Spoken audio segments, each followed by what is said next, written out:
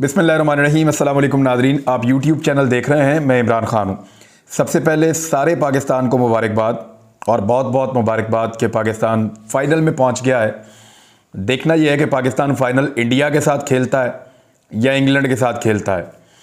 वैसे ये मेरी ख्वाहिश है कि पाकिस्तान का और इंडिया का फ़ाइनल होना चाहिए, ऐसे ही जैसे पाकिस्तान और इंडिया ने एशिया कप में एक फ़ाइनल खेला था। इससे पहले भी पाकिस्तान इंडिया को शिकस्त दे चुका है, लेकिन इंडिया असाबी तौर पे एक मजबूत टीम है। विराट कोहली ख़ास तौर पे, सूर्या कुमार यादव और 2-3 और प्लेयर्स हैं, उनके बारे में कहा जा सकता है। उनकी फील्डिंग भी अच्छी है, उनकी प्लानिंग पाकिस्तान के ख़िलाफ़ बड़ी साइंटिफिक होती है। दूसरी जानिब इंग्लैंड भी छोटी टीम नहीं है, वो बड़ी तगड़ी टीम है। T20 के अंदर उनका एक डंका बजता है। वर्ल्ड कप उन्होंने वनडे इंटरनेशनल का भी जीता हुआ है। बड़ी ज़बरदस्त टीम है इंग्लैंड की भी। देखना, और ये कंडीशंस जो हैं, इन कंडीशंस में पाकिस्तान तो अब कुछ थोड़ा परफॉर्म कर रहा है।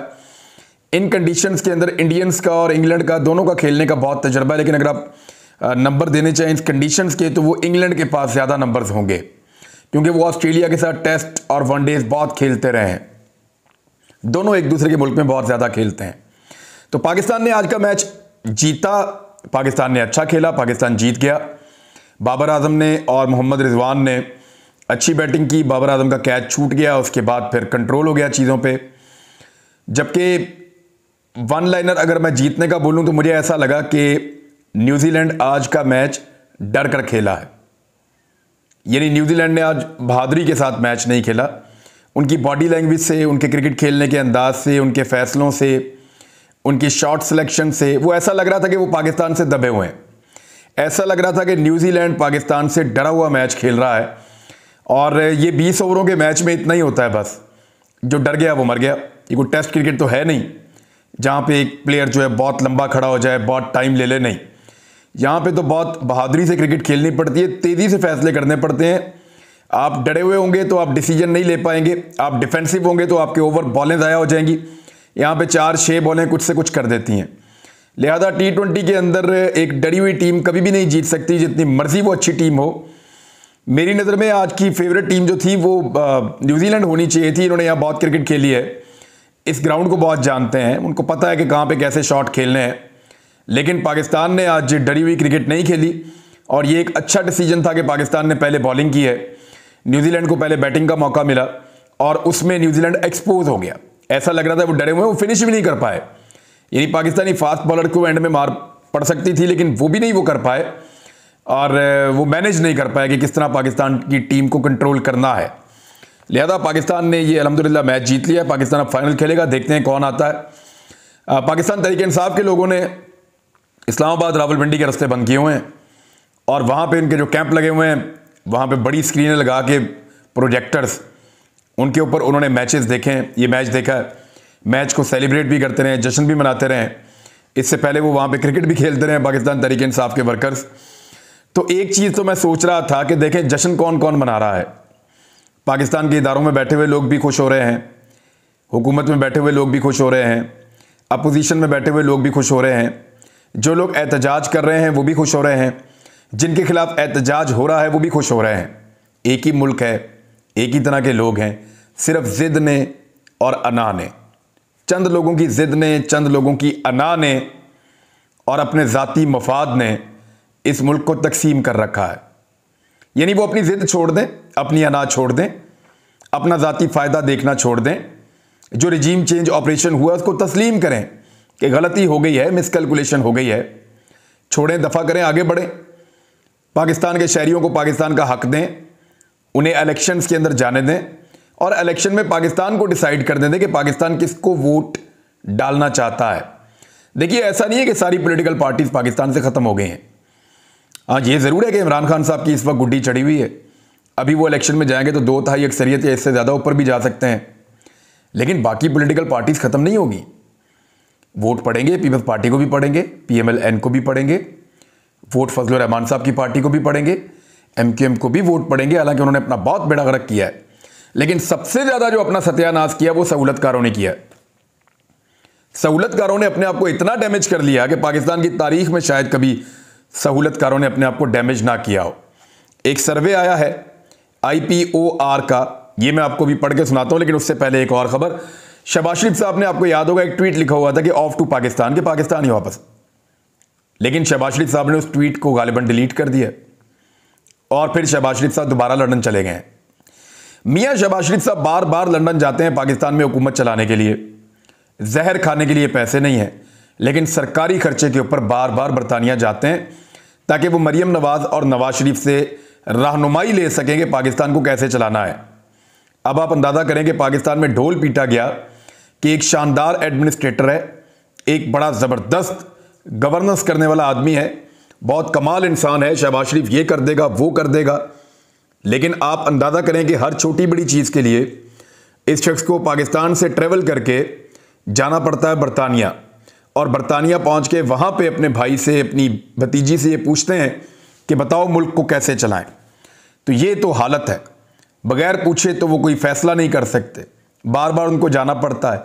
इस बार क्यों जाना पड़ा है? यानी 6 महीने के अंदर शहबाज शरीफ साहब का ये 8वां दौरा है जो पाकिस्तान की सरकार को बहुत महंगा पड़ता है, और बतौर वजीर आजम वो बार बार नवाज शरीफ साहब का जाके गोड्डा पकड़ते हैं। इस दफा हुआ क्या है? ये कुछ गैर मुसद्दका इतलात हैं, लेकिन इंफॉर्मेशन ये है कि एक वार्निंग जारी की गई है कि मामलात को लपेटो और मामलात को हल करो और पॉलिटिकली हल कर लो। यानी ये जो इंपोर्टेड हुकूमत है ये भाग रही है मुज़ाकरात से, बात करना नहीं चाह रहे, क्योंकि इनको पता है कि जब भी बात करेंगे इलेक्शन ही देने पड़ेंगे और तो कोई नतीजा निकलेगा नहीं, जल्दी देने पड़ेंगे या थोड़ी सी देर से देने पड़ेंगे। लेकिन मार्च तक, अप्रैल तक या फरवरी से लेकर अप्रैल के बीच में कहीं ना कहीं इलेक्शन आपको देने पड़ जाएंगे। बजट से पहले आपको इलेक्शन देना पड़ेगा। इंपोर्टेड हुकूमत इस वजह से जितना हो सकता है मुज़ाकरात से भागने की कोशिश करती है। दूसरा, पाकिस्तान के आर्मी चीफ की तकर्री का मामला है, वो बहुत इंपॉर्टेंट मामला है। शहबाज शरीफ साहब उसमें भी अभी ऐसा लगता है कि शायद कोई फैसला नहीं कर पाए। बहुत सारे लोगों की बहुत सारी चॉइस है। मरियम नवाज ने एक जनरल का नाम लिया, उन्होंने कहा जी ये जनरल जो है ये आर्मी चीफ बने, उन्होंने पसंदीदगी का इजहार किया। तो मरियम नवाज साहबा नाम ले चुकी हैं, वैसे ये बहुत बड़ी गलती है, नहीं लेना चाहिए था। अगर वही अब आर्मी चीफ बन जाते हैं तो फिर यहाँ पे भी उंगलियां उठनी शुरू हो जाएंगी कि मरियम नवाज की चॉइस के ऊपर या उनकी ख्वाहिश थी ये आर्मी चीफ लगे। हालांकि लगना तो उनमें से किसी एक ने था, तो मरियम नवाज साहबा को चुप रहना चाहिए था। एक चॉइस कहते हैं नवाज शरीफ साहब की है, एक जरदारी साहब की है, एक कुछ और ताकतवर लोगों की है, तो सबकी अपनी अपनी चॉइस है। और कुछ लोग कहते हैं कि जनरल कमर जावेद बाजवा साहब शायद ना जाएं और वो एक्सटेंशन ले लें। लेकिन जनरल कमर जावेद बाजवा साहब क्या एक्सटेंशन ले पाएंगे उस वक्त जब हालात पाकिस्तान के इस तरह के हैं, उस वक्त जब बहुत ज़्यादा तनकीद भी हो रही है पाकिस्तान के इदारों के ऊपर, अवाम की जानिब से हो रही है, लगातार हो रही है। तो मेरी नज़र में बहुत मुश्किल है।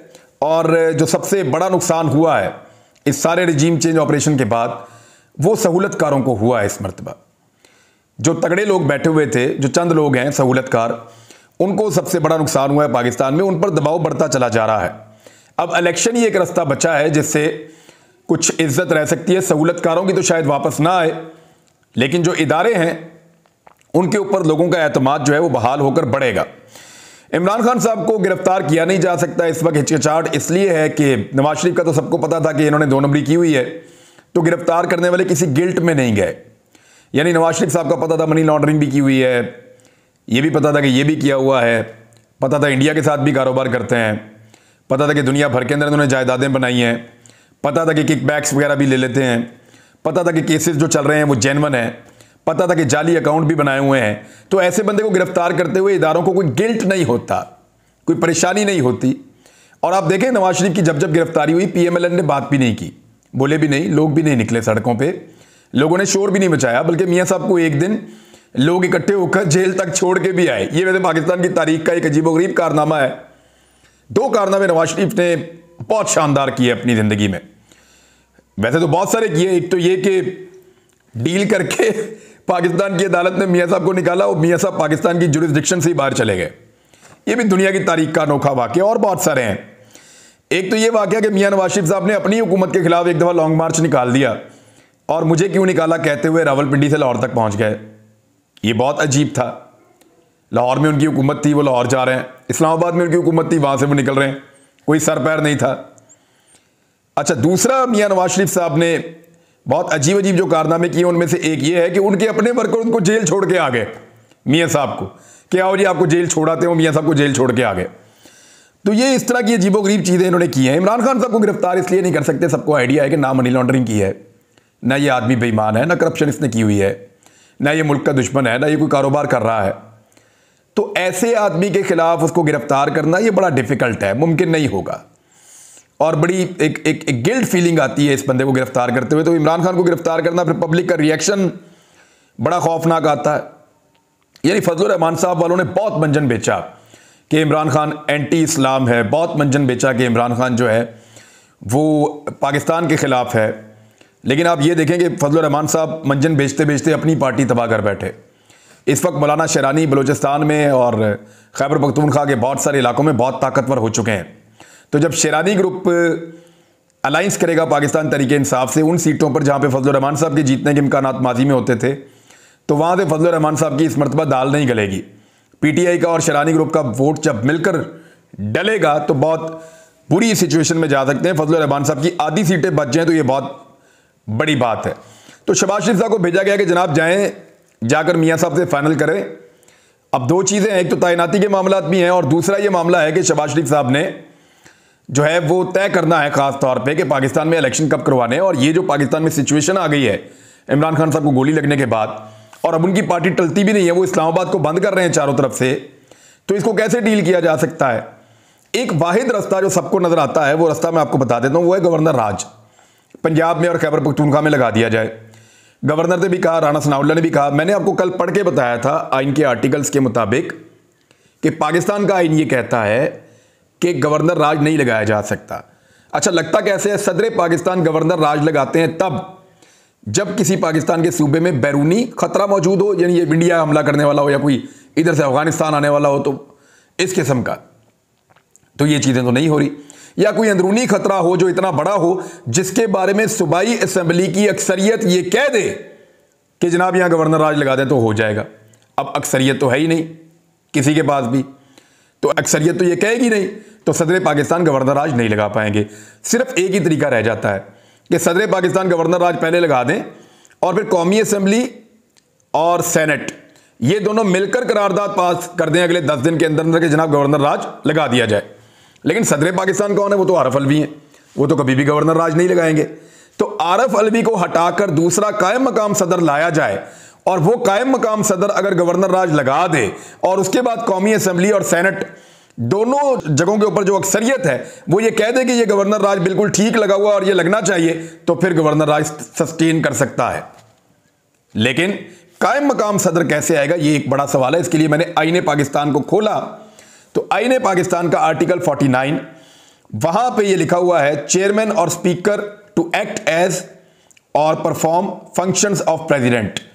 कि जो चेयरमैन होता है कौमी असेंबली का या स्पीकर कौमी असेंबली जो है, वो जब प्रेसिडेंट बनता है तो वो कैसे बनता है, तो उसका तरीका ये लिखा हुआ है कि सदर पाकिस्तान की सीट खाली हो जाए मौत की वजह से, या उनका इंतकाल हो जाए, या इस्तीफे की वजह से, या वो इस्तीफा दे दें, या उनको इम्पीच करके, या उनको वो इम्पीचमेंट करके, जिस तरह वो बहुत लंबा प्रोसीजर है वो नहीं हो सकता और इतने वोट भी नहीं है, उनको जो है उनको फारिग कर दिया जाए उनकी सीट से, तो फिर जो है वो स्पीकर कौमी असेंबली आकर बन सकता है सदर पाकिस्तान, और सदर पाकिस्तान के तौर पर कायम मकाम वो अपनी ड्यूटी अदा कर सकता है, अदरवाइज नहीं कर सकता।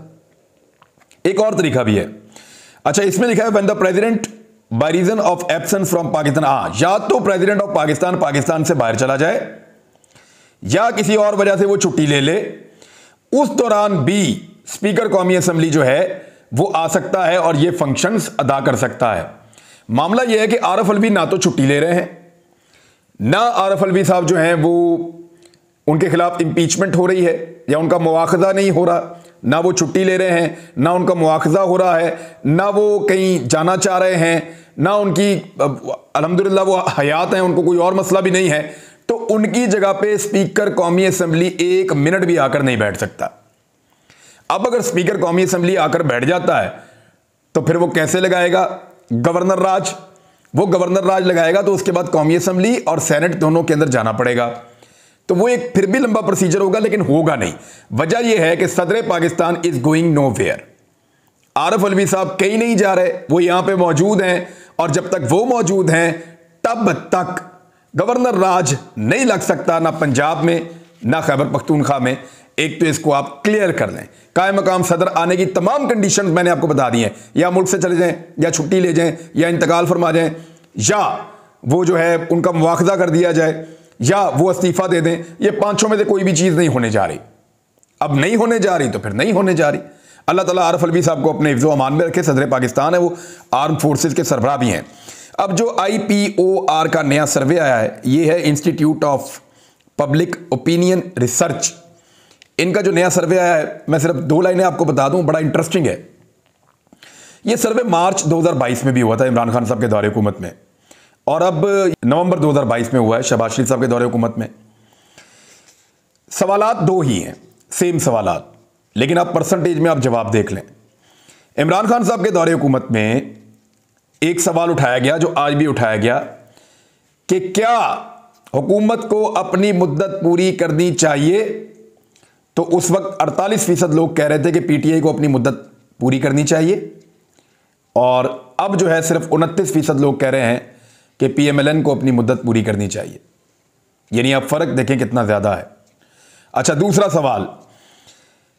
सवाल जो पूछा गया है, वो ये पूछा गया है कि क्या इंतखाबात होने चाहिए फौरी तौर पे। तो इमरान खान साहब के दौरे हुकूमत में 44% लोग कह रहे थे, और आज 63% लोग कह रहे हैं कि जनाब फटाफट इलेक्शन करा लो पाकिस्तान दे विच। पाकिस्तान में इलेक्शन करवाएं, इसके अलावा और कोई हल नहीं है। पाकिस्तान के जो सहूलतकार हैं, जिन्होंने रिजीम चेंज ऑपरेशन से लेकर यहां तक इस हुकूमत को बनाया, संभाला, इसको एल्फी लगाई, इन सारी पॉलिटिकल पार्टीज को इकट्ठा किया, वो सहूलतकार सबसे ज्यादा खसारे में हैं। अब तक के लिए इतने, अपना ख्याल रखिएगा, अपने चैनल का भी। अल्लाह हाफिज।